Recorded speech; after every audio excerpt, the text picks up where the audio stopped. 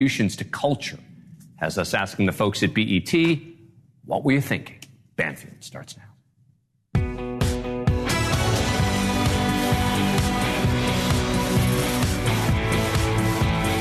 Hey everybody, I'm Brian Enton in for Ashleigh tonight, and we have got some breaking news tonight. It has to do with the Karen Reed trial, and I am not talking about the mistrial that happened today. We're going to get to that in a second. This has to do with the lead investigator in the case, Michael Proctor. He has officially been relieved of duty. That came down just within the last 30 minutes or so. And if you have been following the Karen Reed drama over the last couple of weeks, then you know exactly who Michael Proctor is. Proctor is the subject now, we've learned, of an internal affairs investigation. It's due to info about serious misconduct that emerged during the trial. Proctor came under fire for text messages. You remember these texts he sent during the investigation. In them, he called Reed a, quote, whack job, made disparaging remarks about medical conditions, and said he found no nudes so far while searching Reed's phone. Now, this news comes just hours after the judge announced a mistrial in the case when the jury could not come to a verdict. You remember Friday, the jurors said, we can't do it. We can't do it. We are not going to be able to agree. And the judge said, you've got to get back in that room and you have to keep deliberating. We're not going to let you stop. So they went back in, came back out again and said, we can't do it. Judge sent them home for the weekend. We all pretty much knew how this was going to play out. They came back this morning, went back in, and they came out again and told the judge, look, we can't come to an agreement. We can't find her guilty. We can't find her not guilty. It's a hung jury. That is when the judge did something very, very interesting and invoked something called the Tui-Rodriguez rule, which is interesting. It basically says you have to go back in and you have to keep deliberating. There's no way around it. You have to come to a consensus. Well, guess what? They went back in and it was just a short time later. They said, we can't do it. There's not going to be a verdict. We can't agree. And that is when the judge officially declared a mistrial. So we're going to break down exactly what that means. Where do things go from here? Does the prosecution have a case? If they try this again, we're going to get into it all. Also tonight, I've got disturbing new details in the case out of the Bahamas that I covered so closely last week. The Illinois woman who went missing from the Bahamas from the yoga retreat. Her name is Taylor Casey. I am so invested in this story. I was in the Bahamas again all last week. I met the family. I went to the yoga retreat. I'm really, really determined to help find this woman. Something just does not make sense here. People do not just vanish from Caribbean resorts in the Bahamas. And tonight, we have a major clue, and it is our first indication that something really, really shady may have happened. I've got her mom, and I've got her friend, and they're going to join me live in a moment here on the show. And do you remember that crazy story with the OnlyFans model accused of stabbing her boyfriend to death? Her name's Courtney Clenny. You remember that awful body camera video with the blood all over her? Then there was the bizarre twist when the model and her family were charged with computer hacking for trying to get into the victim's computer. Well, that model and her family, they just had a major surprising win in court. Like some of the charges could be totally dropped. That is what unfolded today. We're going to explain it all and what that means for that case. But first, 10 weeks, 74 witnesses, 657 pieces of evidence, and no verdict. Instead, after a little more than 4 days of deliberations, a mistrial was declared today in the Karen Reed murder case. The judge made the announcement this afternoon after receiving a third note from the jury saying they were still at an impasse. Now, jurors said they could not agree whether the evidence proved Reed backed her SUV into her police officer boyfriend outside of a house party in January 2022, or whether she was framed by some of the partiers inside the house, also police officers. It was a big moment in court, again, somewhat expected. A lot of us over the weekend thought this is where it was going to end up, but look at how it played out in court. Judge Cannoni, despite our rigorous efforts, we continue to find ourselves at an impasse. Our perspectives on the evidence are starkly divided. Some members of the jury firmly believe that the evidence surpasses the burden of proof, establishing the elements of the charges beyond a reasonable doubt. Conversely, others find the evidence fails to meet this standard and does not sufficiently establish the necessary elements of the charges. The deep division is not due to a lack of effort or diligence, but rather a sincere adherence to our individual principles and moral convictions. To continue to deliberate would be futile and only serve to force us to compromise these deeply held beliefs. I'm not going to do that to you folks. Your service is complete. I'm declaring a mistrial in this case. And there it is. After all of that testimony and all of that drama, it is officially a mistrial. And NewsNation national correspondent Alex Capriello, he's been there throughout all of it.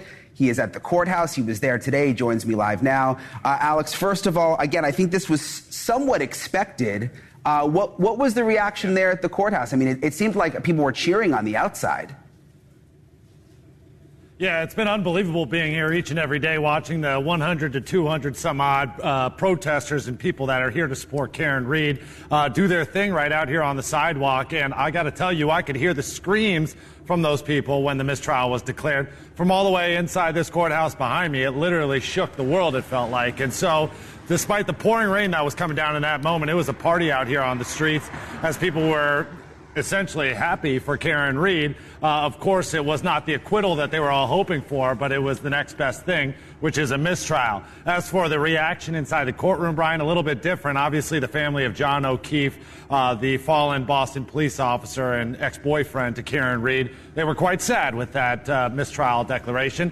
You could see John O'Keefe's mother dabbing her eyes, crying. At one point, John O'Keefe's brother, Paul, walked by Karen on his way out of the courthouse. The audio was not up on that video, but you could see him look at her and say something. And by her reaction, a very large frown, it was not a very pleasant thing that he was saying to her. Of course, we don't know what it was, but you could tell that he was peeved. But ultimately, that frown on Karen Read's face did not last long. She was smiling and hugging her own family shortly after that. And then she was out here on the courthouse steps with her attorneys, and they were celebrating what they seemed to believe is a win.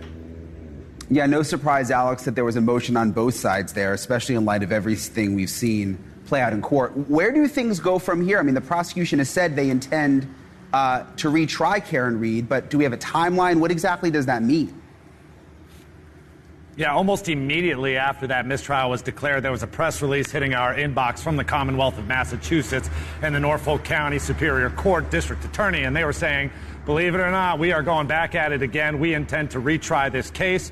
But first things first, there's a status hearing that was decided after the mistrial was declared. So that's going to be happening in 3 weeks from now on the 22nd. That's basically when all the parties are going to gather right back here in Beverly Cannoni's courtroom. They're going to go over what the possibility of a retrial looks like, what everyone's timeline is, how quickly the prosecution and the defense can get their acts together. Obviously, they just did it over the last 8 to 10 weeks, so I'm pretty sure they got all the materials they need. But for the Commonwealth of Massachusetts, this will be basically a redo, a chance to maybe try different strategy or push witnesses a different way to try to invoke different testimony from them.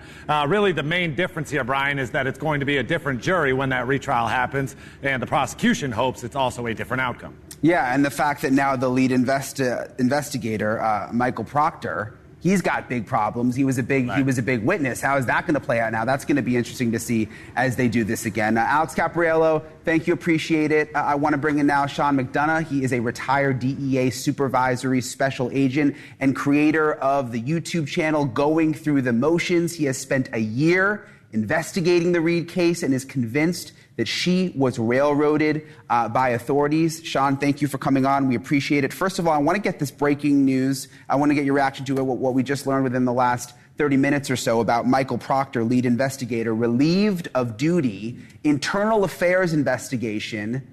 What do you make of this? Well, Brian, first of all, thank you for having me on the show tonight. This was long overdue. The state police should have done this action well before this ever came to trial. They knew what was contained in his personal cell phone. They knew his personal cell phone was provided to the defense and the Commonwealth by the federal government who was investigating the murder of John O'Keefe. This case should have never come to trial. And they were warned by the acting U.S. attorney, Josh Levy, to not bring this case to trial. So, but as far as Mr. Proctor being relieved, I'm happy he is. He's a bad trooper. It was the most embarrassing thing I've ever seen. I've spent 35 years in law enforcement. I have never seen any completely vile acts. And he only got caught because the FBI had his personal cell phone. Yeah, it was obviously awful for the prosecution, Sean. I mean, some of the stuff that came out during the trial literally was jaw-dropping. And it's interesting, like you say, that the press release, it's almost like it was ready to go. It was written because right after the mistrial, same day, state police sends out this release. We've got an internal affairs investigation, relieved of duty. I also feel like the press release by the prosecution saying they were going to retry the case was also ready to go because that came out right away, Sean. According to the jury's note, though, this is interesting. We're getting a little bit of insight into what was going on inside that jury room. Jurors were starkly divided on the evidence. That's a quote, starkly divided, and talked about their, quote, convictions. Do you think some people could not believe the defense's theory that the police officers were framed? Because, yes, I mean, you're looking at this as a win for the defense, but technically really not. I mean, it's somewhere in the middle, right? Exactly, Brian. Now, just remember, you said it completely tonight. 70-some-odd witnesses were presented. Only six were put on by the defense. Their client was facing the possible, if convicted, life sentence in jail, okay? They was able to conveniently put the prosecution on their heels from the get-go. And they were able to flip around the whole procedure on the Commonwealth by saying, my client, Yannetti said, my client, Karen Reed, was framed. And what they did, they forced the Commonwealth to be on the defensive for 85% of their case in chief. And then when it was all done, Brian, it was a simple hit-and-run case. And then the defense took the case over, put on 4 witnesses, and the last 2 witnesses were paid by the federal government. And they were the experts from the ARCA Reconstruction Agency, and they were incredible. They were absolutely incredible. Science and physics won the race. And personally, I don't see how multiple jurors could say in their own heart they exceeded beyond a reasonable doubt. I just couldn't see how they could do that. So there's going to be a time, too. I mean, the prosecution has already said it. How do you think it plays out second time around? Second time around has always gone to the defense. One thing to keep in mind, 3,074 pages of documents containing exculpatory evidence was provided in this case. The defense didn't even tap into hardly any of it. Next time around, it's going to be completely different. The Commonwealth can't change their case. They put it all out there. The defense has a lot more evidence they will put on the table this time. Yeah, and the way this goes is the defense will hire investigators, they will figure out who the jurors were, and they will try to strategize to figure out what they can change to get a full-on not guilty verdict. And they've got the benefit to do that now, which is going to be interesting. Sean McDonough, thank you so much for joining us. We appreciate it. Thank you, Brian. Okay, I want to bring in Mark Eiglar. She is the defense attorney and former prosecutor. All right, Mark, plans to put her on trial again. What do you think is going to happen? Same result? Do you think they'll get not guilty? I mean, how does this play out from here? Generally, cases don't get better with age for the prosecution. And now you add in that finally they recognize how unprofessional and how abhorrent the behavior was of not an insignificant witness, but the lead investigator in this case. That does not bode well for the prosecution. So how does it work, Mark? Can they now say at a second trial, can the defense bring up, look, the lead investigator is now under investigation, has been relieved of duty. Can all that come in even though it's a result of what came out during the first trial? I would try to bring that out and then let the prosecution file a motion in limine telling the judge, hey, they're going to bring that up. We don't want them to bring it up. But either way, there's so much material to cross-examine this guy with, or what I suspect is he will not be available for the second trial. They don't want to call him if they can avoid it. If they can get that same evidence in somehow through other witnesses, that's going to be the difference in the prosecution's case. Yeah, you can't imagine they would want him back on the stand again. What a nightmare that was. Correct. Do you think that they'll have the same strategy? I mean, do they keep the same defense a second time? If you were the lawyer, would you? Absolutely. Listen, this was a huge victory for the defense. A lot of people are thinking, well, both sides won. No, the defense won.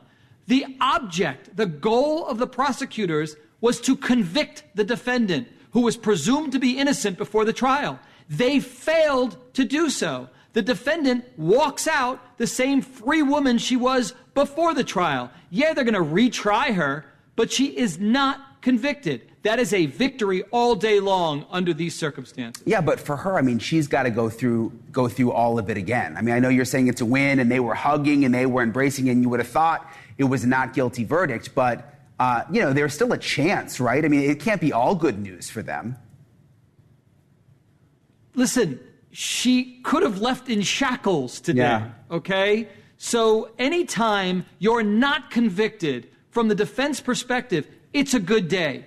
This, at best, was going to be a case where they were going to create reasonable doubt and hope that at least just one juror doesn't join the rest to find her guilty. But they did better than that. They divided up this jury. A number of people thought that the government did not prove their case beyond a reasonable doubt. That is a victory.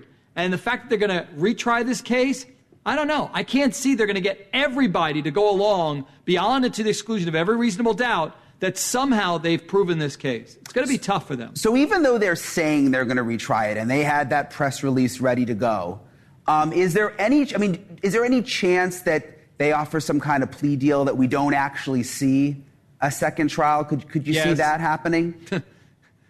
Absolutely. You know, it reminds me of one of the first federal trials I had. After the jury was hung, so it was a mistrial, they came at us with a great plea offer. My client said, no, you're so excellent, we're going to go again. And then we hung the jury up a second time. Oh, my gosh. They essentially gave him credit for time served. And he's like, no, if I take this, when I get arrested again in the future, it's going to really screw me up. So he made me go a third time. And then the judge was upset. She wanted him to take that plea, so she let in his entire criminal history in front of the jury, and that was it for him. My point is that, yeah, they're going to keep trying, but that doesn't mean in this case, unless they somehow find a busload of nuns who saw what occurred, I don't see a conviction. Oh, man, a third time, Mark. That's intense. Let's hope we don't see that happen with this case. That's crazy. Mark Eiglarsh, thank you so much for joining us. We appreciate it. My pleasure. Thanks, Brian. Okay, still to come tonight, a big win for the former OnlyFans model accused of murdering her boyfriend. And the win especially is for the suspect's parents. The murder charge, that still stands. But a bizarre case that came later involving the victim's laptop, it just got a whole lot shakier. This is one of the craziest stories. If you haven't seen this body camera video related to this one, we're going to show it to you again and talk about this new hacking scandal. We've got all the details next.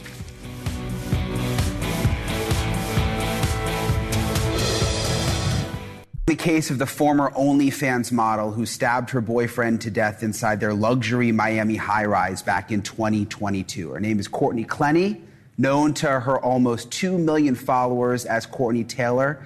She's awaiting trial on second-degree murder charges, but insists that she killed Christian Abamzeli in self-defense. Prosecutors agree the couple had a, quote, extremely tempestuous and combative relationship, but say Clenny was often the aggressor. Take a look at this crazy body camera video in the case. Christian Abamzeli. Christian. Abamzeli, please.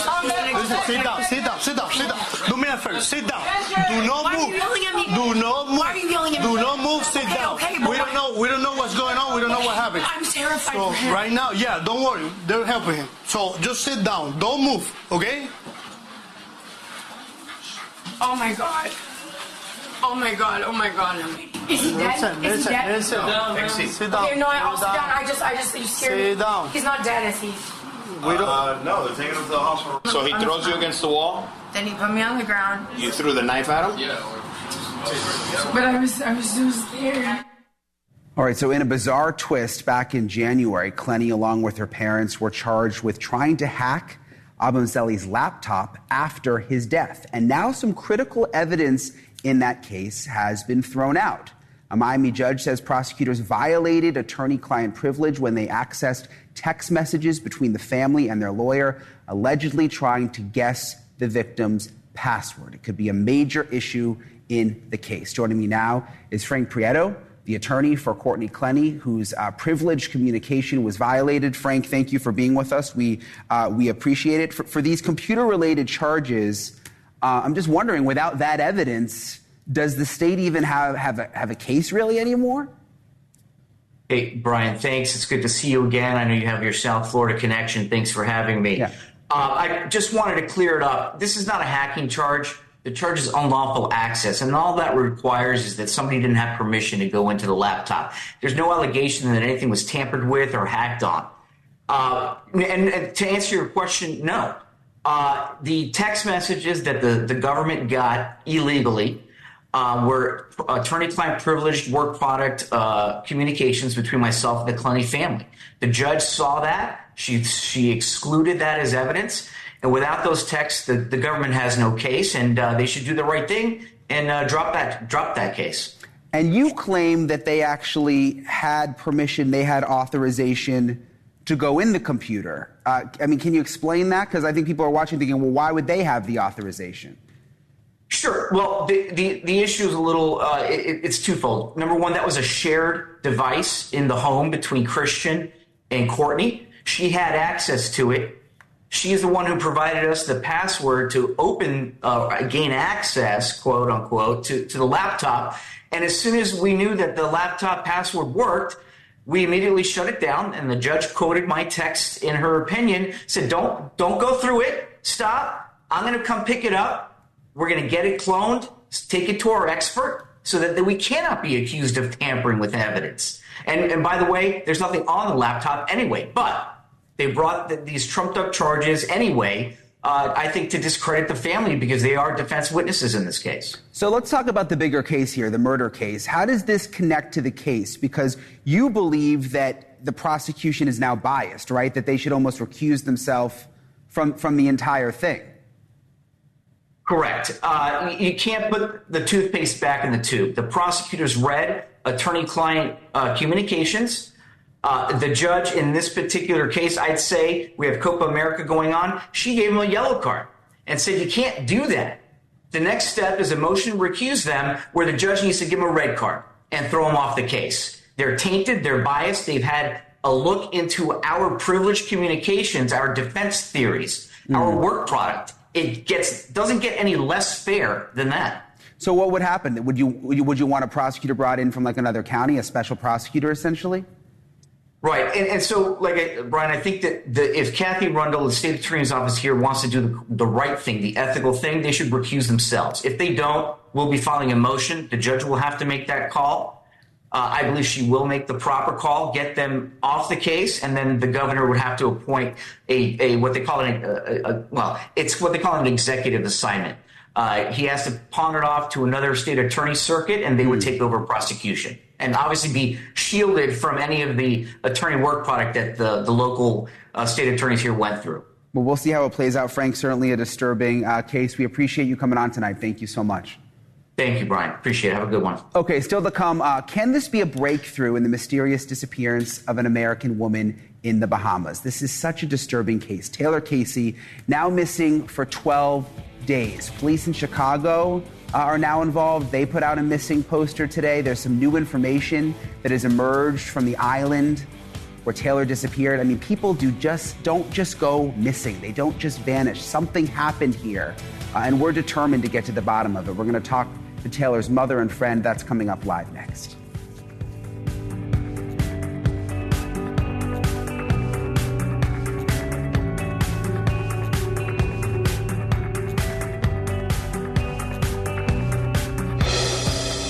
Don't just disappear.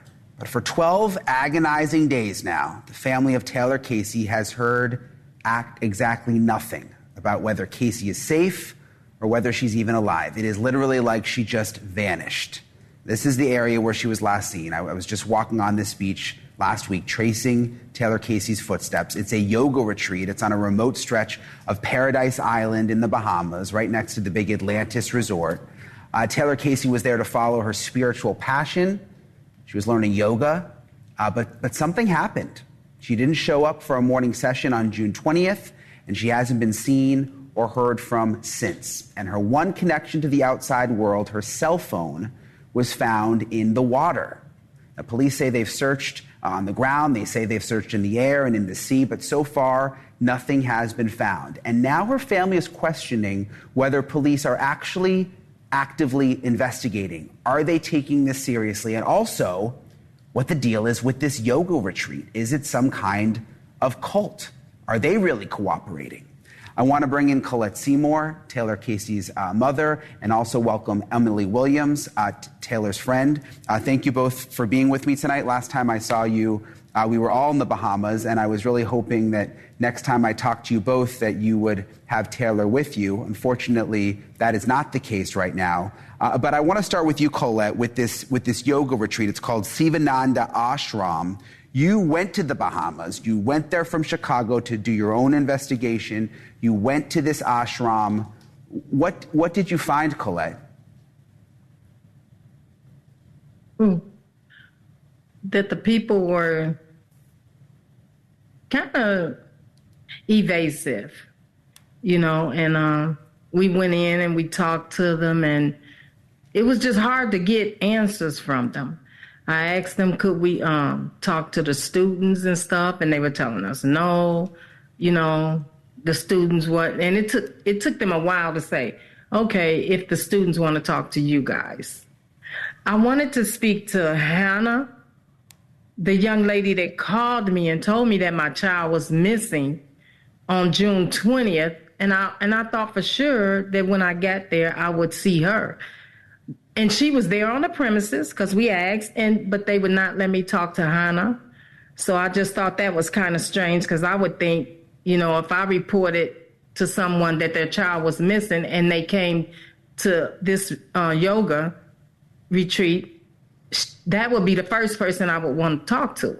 But they would not let me talk to Hannah, and she was on the premises. That was disturbing to me, very disturbing to me. Yeah, and I mean, Taylor had been there since the beginning of June. She was part of this. It's not like she had just been there a couple of days. She was part of this community that is supposed to be very loving. And now you show up as her mother, and they basically, it sounds like they just sort of blew you off. Yeah, they did. I mean, they said Hannah was in a class. I mean, but being in a class is more important than coming and talking to me about my child being missing. I really had a problem with that. Did you see any posters? When I was there, I didn't see any missing posters. Not a one. Not a one. Not a one. Not even in the criminal investigation department at the Royal Bahamas Police. It was a whole wall of missing persons. And Taylor was not on it. Emily, what do you make of the police investigation? I mean, look, for some context here, the Bahamas' main industry is tourism. They obviously don't want people to be scared to go. They're already under a level 2 travel advisory from the State Department. Do you think that's interfering with a proper investigation here? Absolutely, 100%. We heard repeatedly that things could not happen because they didn't want to disturb the tourists who were there. They didn't want to disturb the guests who were vacationing on the island. That was true when we went to the ashram, and, they gave us a tour so we could see the place. And when we were there, just trying to understand where Taylor's tent was, where the beach was, where her phone was found, they said we were almost scolded when we were trying to take pictures of the premises, just time and time again from the authorities to make sure that we respect the guests' privacy. And the same is true, when we think that, we were not told that the entire premises of the ashram was searched. We were not told that the entire premises of the Atlantis Hotel was searched. And the reason that we were giving was that they wanted to respect the privacy of the guests because they were on vacation. And so we're asking, what's more important, Taylor's safety, finding Taylor, or people enjoying their vacation? Yeah. And so it seems clear to us that, yes, their concern about tourism will prevent them from alerting the tourists to danger that's potentially in their midst, which, as we outlined in the press release, could still be true because we don't know what happened to Taylor. Do you know, Colette, the cell phone? A lot of people have been asking me about the cell phone. We know your granddaughter was able to see that Taylor's cell phone pinged in the ocean. Where exactly was it found? Do you know? They said 56 feet out. We asked how far was the phone in the water, and they said 56 feet. Yeah, and the thing that I worry about, why would anyone go in the ocean with their cell phone? I mean, it doesn't really make any sense. That's what I want to know. That's what a lot doesn't make sense. The answers that we got, they didn't make sense to me. They did not make sense to me. And it's just disturbing. Yeah. Disturbing that I had to come home without my child. And we need answers. What did you find out, Emily? Because, again, you guys have had to do your own investigation here in terms of witnesses. I mean, was there anyone else that saw anything strange around the time that Taylor went missing? When the ashram leadership finally allowed us to talk to some of the guests and participants who were willing to speak with us, there was one woman who they said was the last person to see Taylor. And that person had seen Taylor walking on the beach. That same person also told us that very same day, a man walking from the direction of the Atlantis Hotel, fully clothed, in tennis shoes on the beach, approached her while she was sitting alone and said that he claimed to have been from Chicago and that he wanted to take a yoga class. So he followed her onto the property of the ashram. She went her way and he went another way. And then, she said that she hadn't seen him again. So that's one thing that, we think is strange. Also, while we were meeting with the ashram leadership, the manager of the ashram had said that the Monday before Taylor went missing, that there was a man with a walkie-talkie who was found on the platform where Taylor's tent was. Now, they said that when that man with the walkie-talkie saw an employee, he went in the other direction and walked off of the property. Ashram leadership said that they reported that to the Paradise Island Police. However, the Royal Bahamian Police Force, they never told us about that. And as far as we know, they have zero leads in this case. Colette, what was your last conversation with Taylor like? It was nice. Taylor called me and was like, hey, Ma, and sent a picture along with the picture with Taylor, standing in the water and the waves with the beautiful water. The water is actually beautiful. And she said, I love you, Ma. And I said, I love you too, Taylor. And we were talking about yoga. And I sent Taylor a picture of, because we were on vacation, I sent Taylor a picture of us doing yoga. We were getting ready to actually go to a yoga class. So I sent Taylor a picture of all the mats and stuff and said, look, Taylor, we're doing yoga too. Yeah. Well, listen, we're going to stay on the story, Colette and Emily. Please let us know if anything develops. I know there's a lot going on in the world right now and people are distracted, but again, like I said, people don't just vanish, and this is a story that deserves a lot of attention, and a lot of people vacation in the Caribbean. So we appreciate you coming on, and please let us know if there's any developments. Okay, thank you so much, Brian. Okay, still to come tonight, a college student buys a one-way ticket to Japan and then also just vanishes. Now it's been 16 years. Japanese authorities are asking the family for a fresh DNA sample. What does that mean? Is there a break in the case? We're going to talk about it next.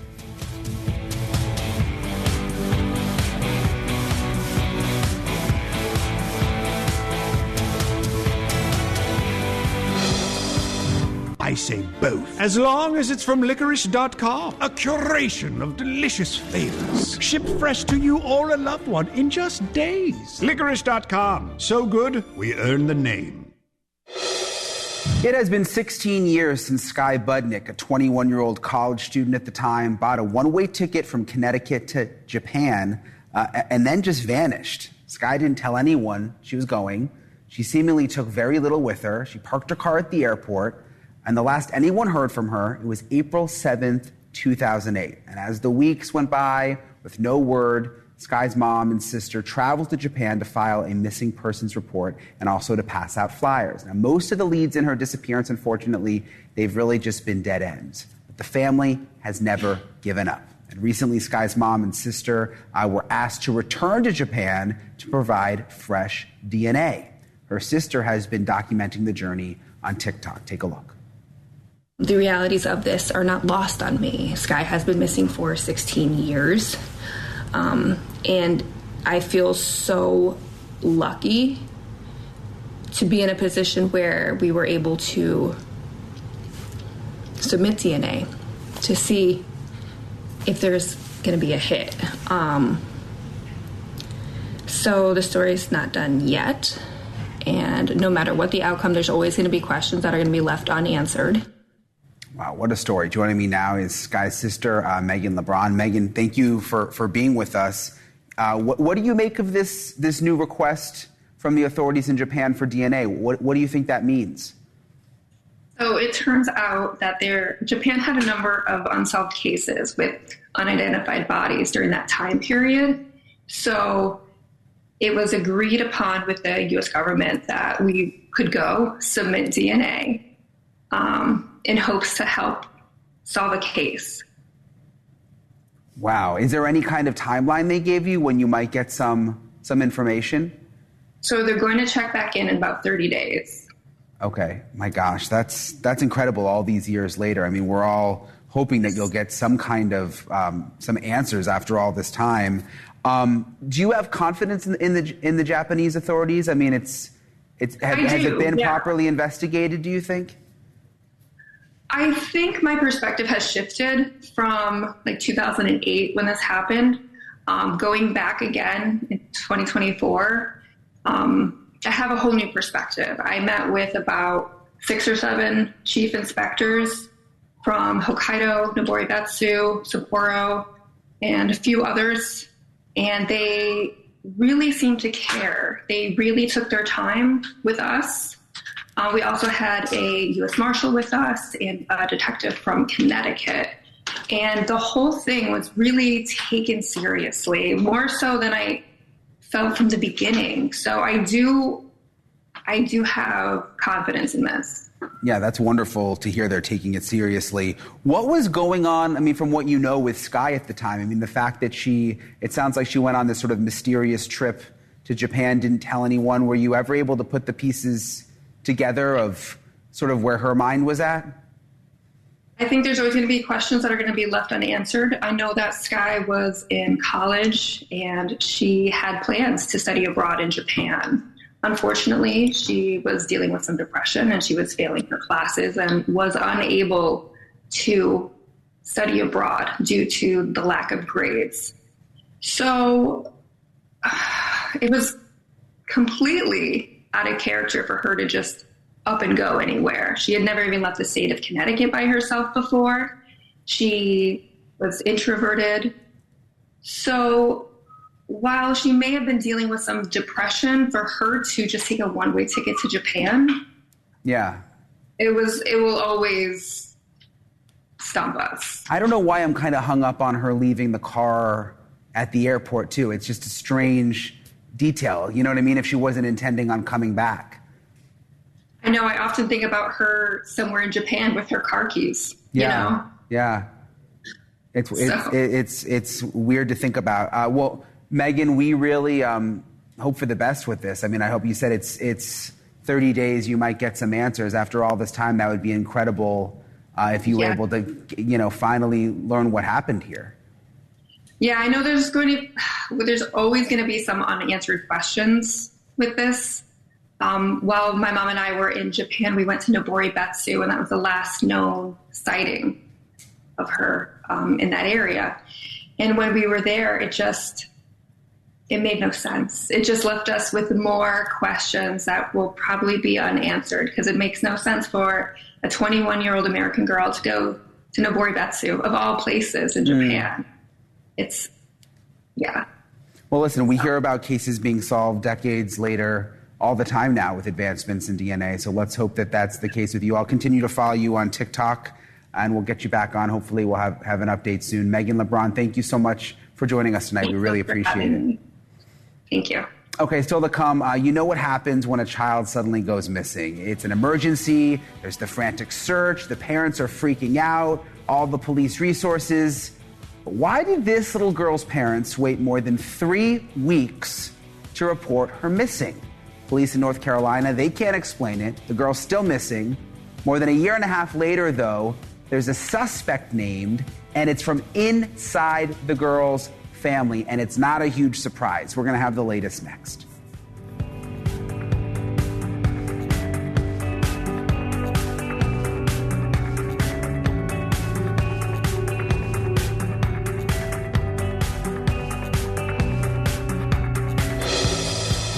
North Carolina just took a big step in a missing child case from back in 2022. This is video of 11-year-old Madalena Koakori.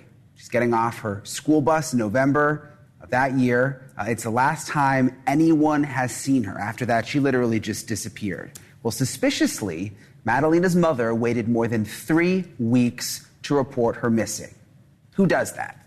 That alone is a major crime in North Carolina, one that landed the mother in jail for more than a year and a half. And still after all that time, there's been no sign of Madalena, who is 13 years old now, if she's hopefully still alive. Well, tonight there's a major development.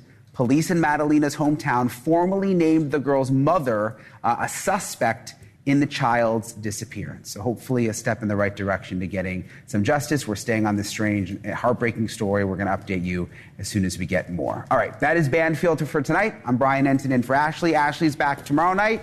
I wore white tonight for Ashleigh. I lost the tie because Dan Abrams didn't have a tie. And Chris Cuomo's next.